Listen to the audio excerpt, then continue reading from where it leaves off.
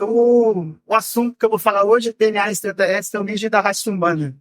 Eu, rapidamente, falando um pouco sobre mim, eu sou de ufologia há mais de 20 anos, estudando muito, tenho inúmeras experiências com avistamentos de OVNIs, de contatos com seres extraterrestres, abduções.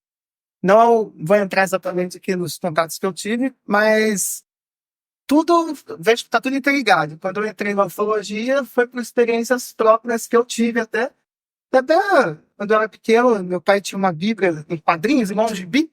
Daí eu lembro que tinha uma imagem lá que Moisés subiu para receber as tábuas dos 10 mandamentos e saiu uma roda de uma luz, assim. Eu era pequeno, eu devia ter uns 6 anos, eu lembro que ela não batia para mim. Eu falei, não tem sentido algo físico sair de alguma algo que não se toca, né? Daquilo ali minha mente já foi mexendo com isso. Eu sempre me perguntei de onde veio nada, como começou tudo isso, onde surgiu o nada, sabe? Como começou, eu nem sabia de Big Bang naquela época ainda, lógico, né? Mas onde que começou tudo isso? Depois, quando você começa a crescer e estudar mais, como surgiu uma grande explosão, né? Isso deu origem ao Big Bang.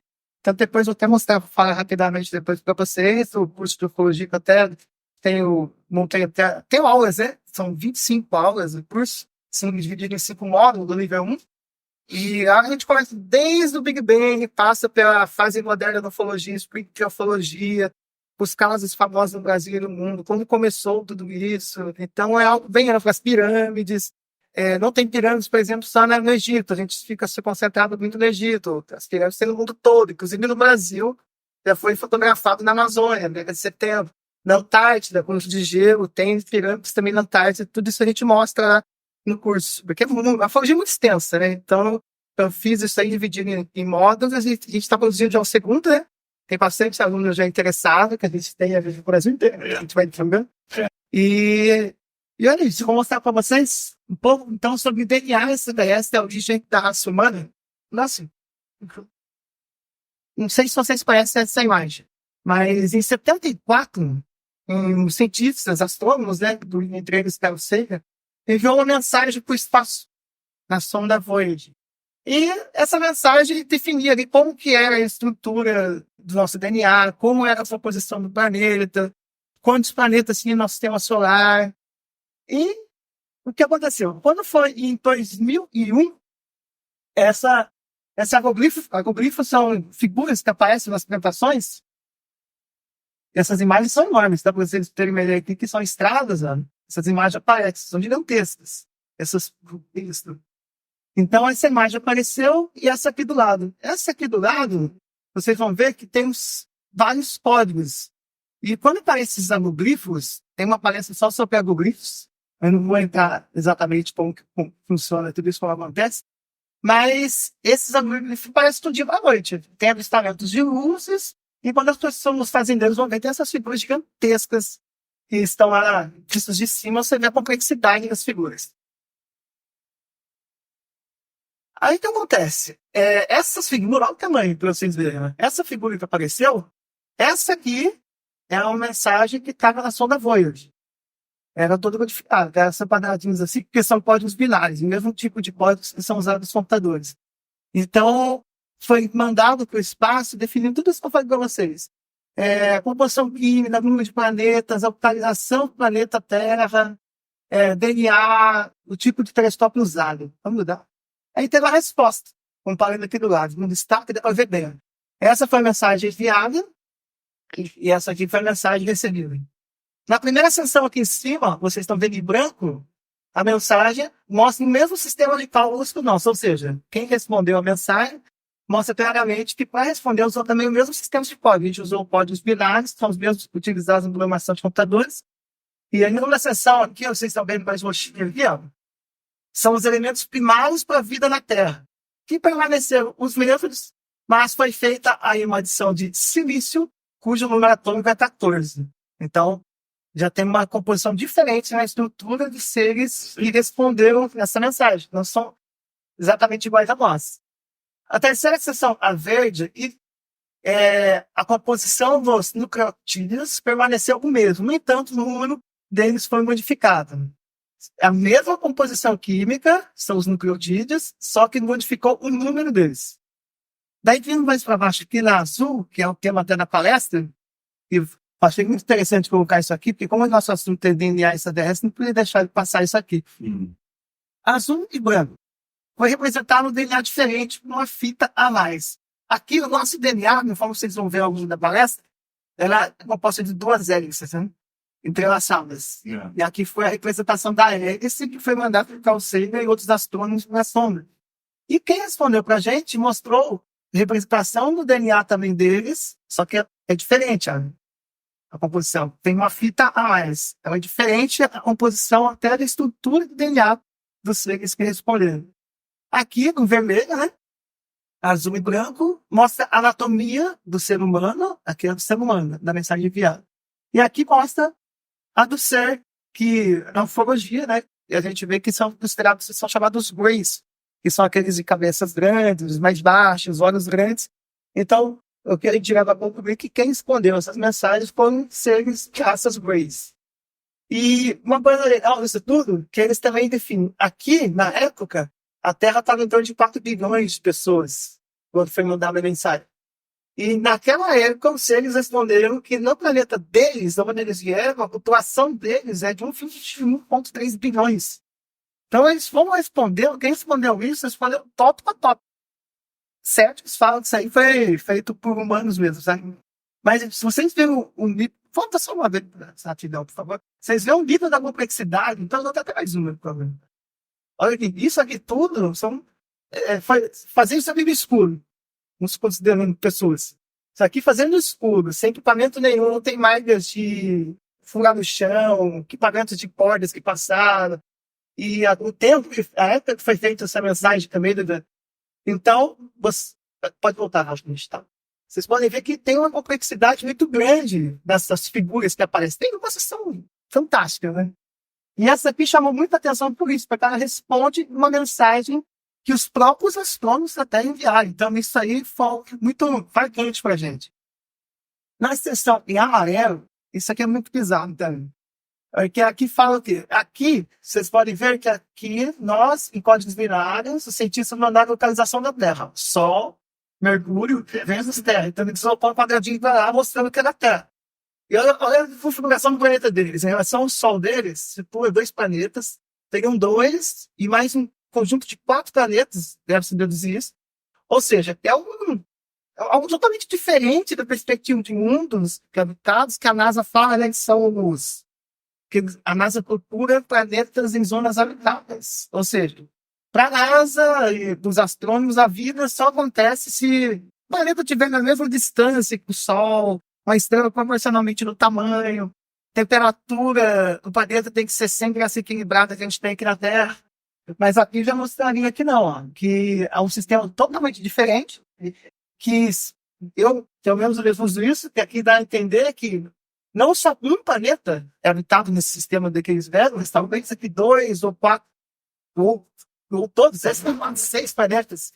Então, vocês veem que todos os tópicos foram respondidos. E essa última aqui, ó, a seção roxo, branco e azul, mostra o lugar do telescópio. Aqui foi a representação do telescópio de Arecibo. A mensagem foi enviada também com a ajuda do telescópio de Arecibo.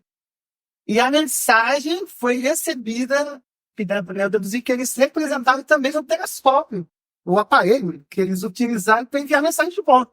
Que eles receberam a mensagem que eles receberam, e alguém veio aqui na Terra e reproduziu a mensagem ali nas plantações. Pode mudar. E aí começa toda essa questão do DNA. É muito complexo esse assunto, então a gente tenta reduzir o máximo possível e mostrando para vocês um pouco agora como que funciona, o que é o DNA exatamente.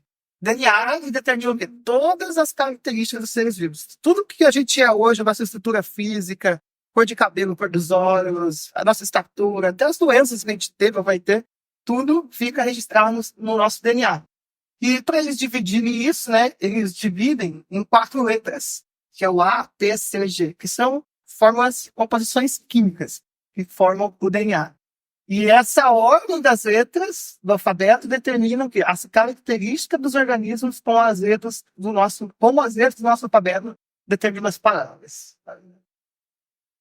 Ou seja, então, o DNA é uma molécula, ela é formada por duas cadeias na forma de uma dupla hélice. Ela tem constituição do quê? Do açúcar e um grupo de fosfato e uma base nitrogenada. A dupla hélice é um fator essencial na replicação do DNA, durante a divisão celular, onde cada hélice serve de molde para uma outra nova. Né? Então, vocês podem ver, tem toda uma composição química para formar esse DNA. As hélices também, elas se reservam todas as nossas características como indivíduo, como humanos que somos, né? Aqui são um pouco, ó, do que compõe o DNA. Essa seria uma representação, por exemplo, das estruturas. Isso aqui são as composições químicas, esses coloridos. Que seria de ácido. É difícil falar. As composições químicas são muito difíceis. São as moléculas de fita dupla, formando a dupla hélice, que essas azuis. Pentose, que é outra composição química. E as fitas, que elas são unidas por ligações de hidrogênio. No meio aqui tem as ligações de hidrogênio. As letras estão aqui de novo, tá vendo? São 4 composição química básica que faz tudo isso. Aí o que fala aí em relação à genética? A genética, que tem todos esses estudos, falam não só do DNA, como dos cromossomos, né? Que é uma área da biologia que estuda a hereditariedade dos mecanismos envolvidos na transmissão das características. Ou seja, através de uma manipulação genética, a gente alterando o DNA, a gente consegue determinar até as características do indivíduo. Até hoje em dia já é possível, por exemplo, escolher que se a pessoa quer um filho de olhos azuis, loiro, isso já é possível. Hoje em dia, vai chegar um dia que vai fazer um filme por catálogo. Porque o nível de manipulação genética que a gente tem hoje em dia, e até o controle de doenças mesmo, sabe? E vai chegar um dia também que a gente vai conseguir controlar todos esses tipos de doenças. Aí, voltando aqui, ó, o que quer dizer DNA? As siglas ácido desoxirribonucleico. Isso. O gene, né, que é o segmento de DNA que determina as características, e os alelos, que são as variações de um gene. Aí seria a estrutura, que fica mais fácil da gente visualizar, ó, as ligações de hidrogênio que fazem a estrutura se manter estável. Né? Se não tivesse essa estrutura, o DNA seria desfeito e não teria vida, né? Essa estrutura de fosfato, de açúcar, as composições químicas de acordo com a cor. Então vocês veem que está todo um conjunto de cores, Ele descobriu a estrutura de DNA em 1943. Ele e o seu assistente, eles conseguiram, pela primeira vez, eles foram responsáveis, lá em 53, por fazer toda essa decodificação e entender quais que eram as fórmulas químicas que formavam essa estrutura. Até ali ninguém entendia exatamente, ninguém sabia o que era o DNA, como que era composto tudo isso. E aí começou esse trabalho pioneiro. E Cristo, o que ele acreditava? Ele acreditava que o DNA humano ele era complexo demais para ter evoluído ao longo de 4 bilhões e meio de anos. Mesmo sendo tudo isso de tempo, ele ainda achava que era pouco. Foi não é possível, é muito pouco tempo para algo tão complexo ter que se desenvolver. Então, ele mesmo, na época, isso em 53, ele levantou essa questão, né? Poderia, então, o DNA ter sido semeado de fora? Poderia ter vindo de fora isso daí? Será que alguém, seres, né? Vindos de outras dimensões, ou de outros universos, outros sistemas solares, galáxias, poderia ter sido, então, encarregado de cobrir a Terra para criar os humanos em um processo chamado de panspermia direcionada? Alguém sabe o que é panspermia? Panspermia particular. Panspermia, o que é? Uma teoria que os cientistas falam que os cometas, asteroides, eles têm todos os elementos químicos para vir. Tem asteroides compostos de gelos, de cobre, de carbono e várias outras substâncias juntas. Então, o que acontece? No início da formação do universo, toda a Terra e todos os planetas sistemas solares eram bombardeados o tempo todo com esses cometas caindo o tempo todo. Então, uma então trazia água, outro trazia silício, outro trazia carbono, e nisso foi trazendo todas as composições químicas que dá vida. Ou seja, indo por essa teoria, pode-se deduzir então que a vida, como essas composições químicas estão presentes em todo o universo, então a vida em si não seria muito diferente uma da outra, e pelo menos em parte de composição química. Seriam as mesmas composições, mas às vezes algumas poderiam ser diferentes. Então, você diz, aqui na Terra, o ser humano predomina a base de carbono. Lá no outro planeta, por exemplo, da resposta dos Greys, eles falam que seria o silício. Então, a composição química mudaria. Então, a prospermia seria isso, ou seja, que esses asteroides semearam a vida na Terra, trazendo de fora. E o que você... vamos só um pouquinho, por favor. E como ele fala de panspermia direcionada, aí entra a questão de uma inteligência ter feito isso, né? Panspermia direcionada seria o quê? Alguém, seres, né? De uma inteligência que conseguia controlar essa parte de DNA genética, né? Na manipulação genética, veio aqui veio fazendo ao longo da história e da humanidade, fazendo essas alterações genéticas, desde a vida mais primitiva até chegar à vida humanoide de hoje. Então, isso seria uma panspermia direcionada. A panspermia normal seria mesmo os asteroides que traziam semeando na vida. Já a direcionada já seria alguém, com a ajuda de uma inteligência. Pode ser? Aí tem mais gente que é envolvida nisso tudo, né? Por exemplo, o Vladimir, que é um matemático astrobiólogo do Cazaquistão. Em maio de 2013, mais um, né? Isso tinha sido em 73, daí a gente vai para 2013. Ele chegou a uma conclusão chocante: que existe um código oculto no nosso DNA. E esse código, o que acontece? Tem padrões matemáticos precisos de uma linguagem desconhecida. Então, seria um mero acaso ter formado toda a estrutura do DNA que produz a vida, né? Porque todos os seres vivos têm o DNA. Então, ele deduziu que tem muitos padrões matemáticos ali que teria que ter sido feito com alguém, uma inteligência que estava envolvendo nisso. E os cientistas, o que eles fizeram? Eles examinaram todo o genoma humano e encontraram uma marca extraterrestre no código genético, que funcionava de uma forma semelhante a um tipo matemático de código. E ele fala assim que a probabilidade de acontecer isso aleatoriamente, e for no acaso, seria 1 em 10 bilhões a probabilidade. Ou seja, então, realmente teve uma inteligência por trás disso. Para a Veracela, acho que inclusive 1 a cada 200 milhões, então você vê um número absurdo disso de probabilidade, né? E essa parte genética. O que aconteceu, então, tudo isso? Não vou entrar falar de cada civilização, a gente vai só mostrar rapidamente dessa parte específica do DNA, e cada uma outra civilização falava. Por exemplo, os maias. Os maias, eles dizem o quê? Eles dizem que o ser humano foi criado por uma serpente plumada que era chamada de Kukulkan, que seria essa serpente plumada. Isso é o que os maias falaram, que ele foi o responsável pela criação da raça humana. Mas pode ser uma visão de um asteroide caindo na Terra. Isso não seria bem, né? Sim, sim. Os sumérios, né? Depois vou falar um pouco mais para vocês onde entra depois os Anunnakis, que a gente citou aqui no início. Os sumérios. Isso aí é o quê? Os sumérios foram as mais antigas civilizações humanas que já passou na Terra. E os sumérios foram responsáveis por introduzir a escrita, eles teriam sido os criadores da escrita. Os sumérios tinham um conhecimento absurdo de astronomia, de parte genética, de toda essa parte da manipulação de alimentos. Os sumérios, para vocês terem uma ideia, eles conheciam, aqui não mostro aqui, mas os sumérios, eles já conheciam os 9 planetas, que até eles citavam até Plutão. Eles sabem o que é mais interessante ainda, que além de Plutão, eles citavam um 10º planeta, que a gente nem chegou a conhecer, que seria, já falava de Nibiru, que seria o 10º planeta, que é o que os sumérios citavam, de onde os deuses vieram e criaram a raça humana.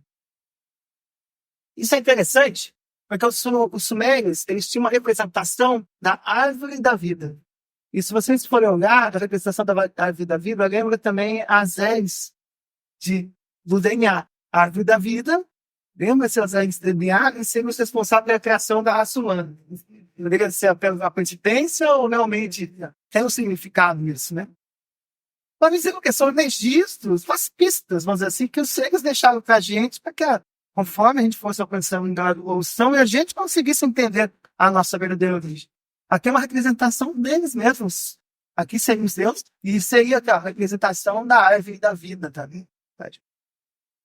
O símbolo do caduceu da Grécia Antiga, eu vi até que tem ali, né?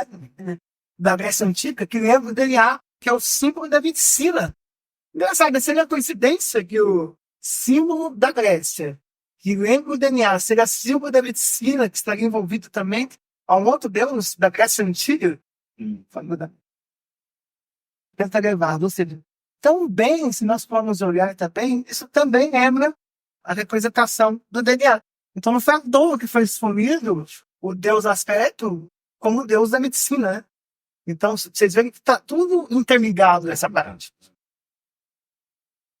Aí vamos aí com outro deus, o deus Efésio, que é o Ptah do Antigo Egito, que foi o deus que, segundo as civilização egípcia, fala que ele foi responsável por ter criado corpo humano. Na próxima imagem, em cima, a gente destacou, vocês podem ver que a representação também da origem da vida dele também lembra as edes do DNA. Então, olha você vê que interessante. Desde que a gente começou as nossas pesquisas em 53, que partiram para as civilizações antigas, vocês veem que tem várias representações, várias imagens, figuras que retratam que eles sabiam manipular geneticamente tudo isso. Várias civilizações faziam essa parte de genética, de manipulação dos seres humanos e dos seres vivos. Aí vamos partindo aqui, o sequenciamento do DNA. Quando que isso foi feito daí, o sequenciamento? A gente, naquela época, descobriu como era o DNA, a estrutura do DNA, as composições químicas, os elementos fundamentais e as hélices. Daí, no trabalho que levou 13 a feito isso, não só eu, mas foi falado que isso na mídia, que não ia mais ter doença nenhuma, né? Como eles tinham conseguido manipular todo esse sequenciamento genético, mas para frente a gente não morria mais, não poderia até envelhecer mais, viver para sempre, né? Mas não foi isso que aconteceu. Vocês vão ver por quê. Esse projeto, na época, custou 15 bilhões de reais para fazer todo esse mapeamento, esse desmembramento do DNA humano. Eles acreditavam que o surgimento desses conjuntos, exclusivos de proteínas, fosse vital na evolução da nossa espécie e dos nossos poderes cognitivos. Porque, segundo eles acreditavam que nós somos, eu acho, pelo menos até o momento, a única espécie capaz de sequenciar nosso próprio genoma. Porque a gente pensou, se a gente consegue, uma única espécie que somos capazes de mapear nosso genoma, nós vamos viver aqui para sempre, né? Com qualidade de vida, não vai ser nenhum problema assim volto na nossa vida, de saúde, nem nada disso. Mas não foi bem isso que aconteceu, porque eles acharam que tinha conseguido traduzir tudo. Muito bem. Mas o que acontece? Vocês já ouviram falar no DNA lixo? Que a ciência fala. O que acontece? Menos de 2%, olha isso, menos de 2% dos 3 bilhões de letras do genoma humano são dedicados a proteínas. Ou seja, aquelas 4 proteínas essenciais da vida são apenas 2%, menos de 2%. E os outros 98% são o que eles chamam de DNA lixo, que eu vou explicar já para vocês o que é. Então, ou seja, apenas cerca de 20 mil genes, aqueles codificadores das proteínas aqui, que foram encontrados no longo das linhas das moléculas, compõem nossa sequência DNA. Ou seja, toda essa sequência aqui são menos de 2%. E eles não conseguiram, na verdade, traduzir tudo. E o que eles fizeram? Não conseguiram traduzir 2%. Os outros não tem uma lógica. Tem que jogar, descansar. Não, isso aqui é DNA lixo. E os geneticistas, o que acontece? Eles ficaram assombrados com isso. Por quê? Porque esses mesmos 20 mil genes codificadores, dentro desses 20 mil genes, você pode fazer tem cerca de 13 mil minhocas, tem cerca de 20 mil genes. Ou seja, se tem uma civilização, a gente, algum dia, conseguir manipular esses 20 mil genes, uma civilização capaz de criar vida. Ou seja, nós não diferenciamos nada geneticamente falando de uma minhoca. Não apenas igual a gente fala dos primatas, mas por menor ser vivo que exista, está sempre dentro desses 20 mil genes. Os outros 98% a gente não sabe para que serve. Até ele fala sobre cientista, ele fala assim, me lembro dessa incrível surpresa. Afirma o biólogo molecular Samir Ozaim. Ele era o principal executivo, né, nessa terapia suíça. E a empresa não pode utilizar conhecimento de genética humana para quê? Eles conseguiram tratamentos de doenças como câncer, doenças cardiovasculares e outras enfermidades crônicas. Então, eles acreditavam que traduzindo tudo isso, eles iam conseguir a cura para todas essas doenças ou tratamentos muito mais eficazes do que existe hoje em dia. E aquele momento foi que as pessoas começaram a se perguntar, será que temos então um conceito errado do que é a biologia? O que é a biologia, então? que difere a gente de um inseto, um ser mamífero, como um macaco ou o próprio humano? Então, na verdade, a gente não entende exatamente o que é o DNA, o que forma a vida. Aí o que entra? Eu falei com vocês, DNA lixo. 98%, se só 2% do DNA eles conseguiram traduzir, que é o DNA das substâncias químicas, 98% eles ficou conhecido então como matéria escura ou genoma escuro, ou popularmente, como é mais fácil, DNA lixo, que é uma enorme e misteriosa quantidade de letras sem propósito ou significado objetivo. O que acontece? Alguns geneticistas, né, eles sugeriram o quê? Que esse DNA lixo seria então uma espécie de depósito de resíduos da evolução humana. Seria o resto de genes, né, que foram partidos que deixaram de ser relevantes há muito tempo. Ou seja, o que ele quer dizer com isso? Ele fala o quê? Que os 98% do DNA que eles não conseguem codificar, eles falam assim que ao longo da evolução vai descartando. Vocês imaginam um computador, fica até fácil fazer essa analogia. Imagina um computador. Conforme vai criando outros arquivos, aquele outro que foi salvo anteriormente, ele fica lá. Ele não está apagado, ele fica lá. Você até consegue, se você for na configuração, você consegue ver, não, eu quero ver o último salvamento de 5 horas atrás daquele arquivo. Você consegue ver, você não precisa ver exatamente o último que foi recente. Isso acontece no DNA. Ou seja, tudo que foi acontecendo ao longo da evolução da raça humana foi ficar guardado como se fosse um arquivo de computador, uma lixeira de computador. Você apaga o arquivo, mas ele não, na verdade, ele não está apagado, ele está guardado ali na lixeira. Mas estável. Daí o cientista deve dizer, então, se ele só foi jogado descartado ao longo da evolução, serve para nada, né? Então, daí foi o que eles ficaram chamando de DNA lixo. Mas, por outro lado, sempre ficou claro que o genoma obscuro seria fundamental para a história do entendimento da humanidade. Vocês vão ver por quê. Até onde a gente estava conversando, eu não pensei interessante. Eu pensei, putz, muito interessante. 98% do DNA humano é de região de matéria escura. O universo, a matéria escura, corresponde a 98%. 98% do que a gente vê desse preto, que seria o universo, seria a matéria escura. Seria 98% do DNA nosso também. Porque tem gente que acredita que a gente pode estar vivendo até dentro como ser vivo, né? Isso aqui eu achei muito chocante, isso aqui. Eu não tinha percebido isso aqui. Nossa, realmente, só 2% do que existe de planetas, estrelas, tudo que vocês veem no céu de criação, corresponde a só 2%. E 98% é de matéria escura que o cientista também não sabe explicar o que é. E o DNA, coincidência ou não, seria também 98% de matéria escura e 2% de vida mesmo, né? Vai mudar. Os Antarctics, eles conseguiam fazer manipulação genética. Eles são os responsáveis, nos estudos da ufologia, pela criação da raça humana. Por que os Anunnakis criaram a raça humana? Nos livros, Zecharia Sitchin, que foi um pesquisador e arqueólogo, que pesquisou muito os sumérios, fez as traduções das tábuas, ele descobriu o quê? Que nas tábuas estava tudo escrito isso. Os Anunnakis criaram os seres humanos para fazer a parte de ajudar os seres na extração de ouro aqui do planeta. Que eles utilizavam os tesouros para suas naves, para viagens espaciais, no tempo que os Anunnakis viveram aqui. E o que eles fizeram? Eles precisavam de mão de obra. E o que eles fizeram? Eles fizeram a manipulação genética. Por que não encontram o tal elo perdido que na escala natural de Darwin, da evolução, né, dos primatas? Por quê? Porque o elo perdido seria exatamente isso. O elo perdido seria a manipulação genética.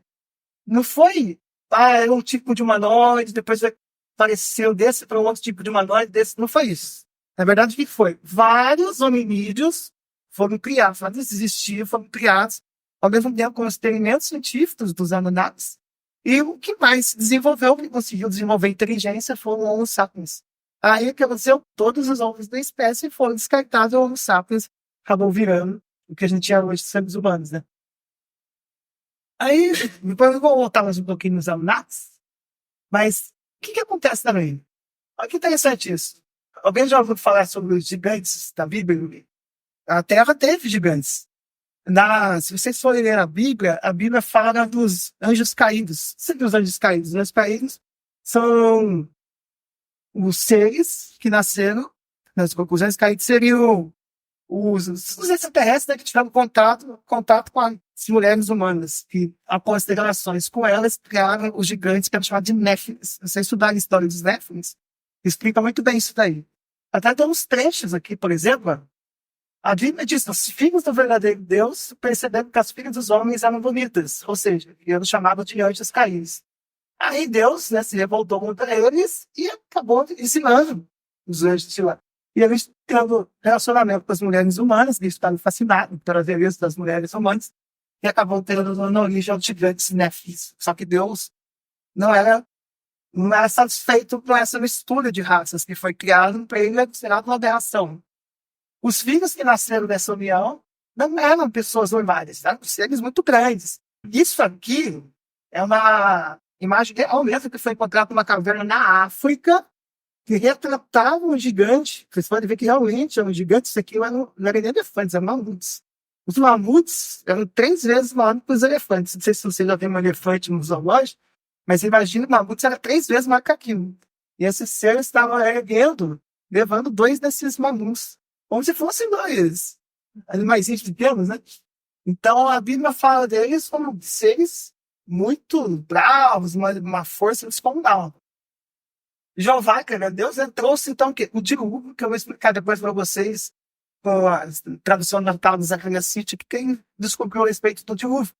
Daí o que aconteceu, os Néfilins também foram exterminados junto com as pessoas que Deus, né, considerava má.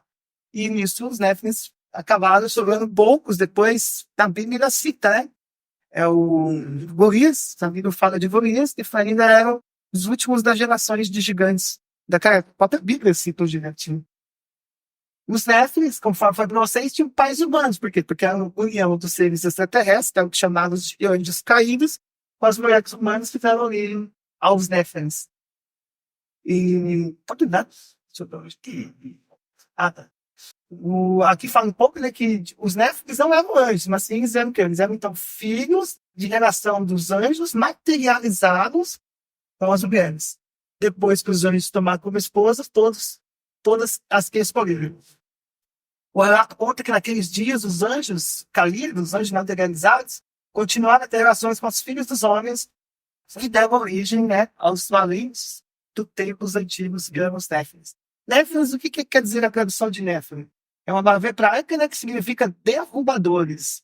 E faz muito sentido, né, para a força descomunal que esses seres humanoides tinham, né? São os criadores da raça humana, que vieram aqui, estavam há 14 mil anos atrás. Segundo os estudos, eles vieram num planeta chamado Nibiru, que muitos aí chamam de Hercules, chamam de planeta X, que é o planeta da onde teriam vindo os seres Anunnakis. E esse planeta, ele passa aqui pelo nosso sistema solar cada 240 mil anos. E na última, numa das passagens, né, tiveram também uns Anunnakis, desceram de suas naves e ficaram aqui. No tempo que o planeta estava ainda na sua órbita aqui próxima da nossa civilização, a próxima Terra. Por que a gente não vê o planeta X, que eles chamam? A Terra, os planetas viram, né? Em torno do Sol. O Nibiru gira elíptico. Enquanto os planetas estão aqui, virando assim, ele é elíptico. Então, por isso que a gente acaba não vendo. Por causa da rotação dele, a forma elíptica. E os Anunnakis, na volta. Pode mudar. Os Anunnakis, o que eles fizeram? Eles, conforme eu falei para vocês, eles criaram a raça humana, né? Através de manipulação genética. Aí tinha o quê? 2 irmãos, Enki e Enlil, que são o que a gente chama dos criadores, que são os irmãos criadores da raça humana. Enki, isso tudo está lá nos livros da Zacarias City, se vocês lerem o 12º Planeta e o Livro Perdido de Enki. O Livro Perdido de Enki resgata a história inteira. Isso é só um resumo sobre vocês. O que acontece? Enlil queria destruir a raça humana. O irmão de Enki. São seres extraterrestres, os Anunnakis, né? Seria o nome deles. Aí eu queria destruir a raça humana. Ele não estava satisfeito, ele não queria mais a raça humana. Ele falava com os barulhos dos humanos o irritavam. Não conseguia dormir. Então, naquela época, ele queria destruir a raça humana. Só que Enki, vamos dizer, seria o do bem. Ele estava preocupado, ele não queria destruir a criação deles. Eles fizeram o trabalho que tinha que ser feito, aquela parte toda da extração de ouro que eles trabalharam. Mas eles não queriam acabar com a raça humana. Já Enlil, que é o irmão dele, queria destruir.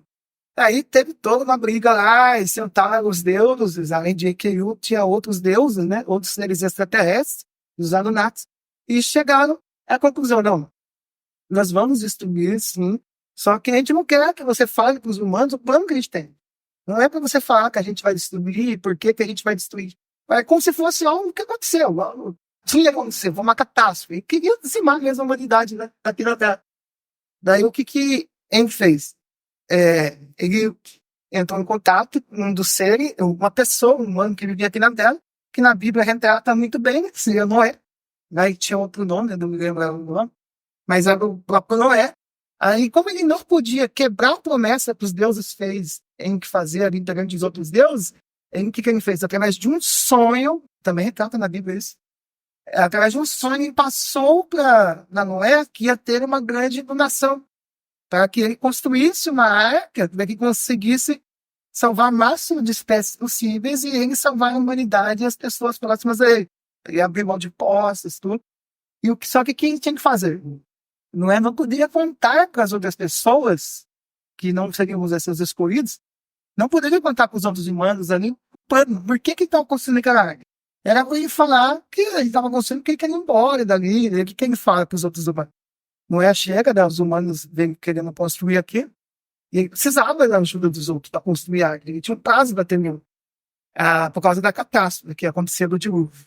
Daí o que acontece? Ele cria a arca, ele pede ajuda dos outros humanos que conviviam naquela época, ajudou Noé a construir a arca, ajudou a pegar o material, ajudou toda a parte da construção, ajudou a carregar a arca para alimentos, com os animais. Aí vocês vão ver essa parte interessante dos animais, vou explicar.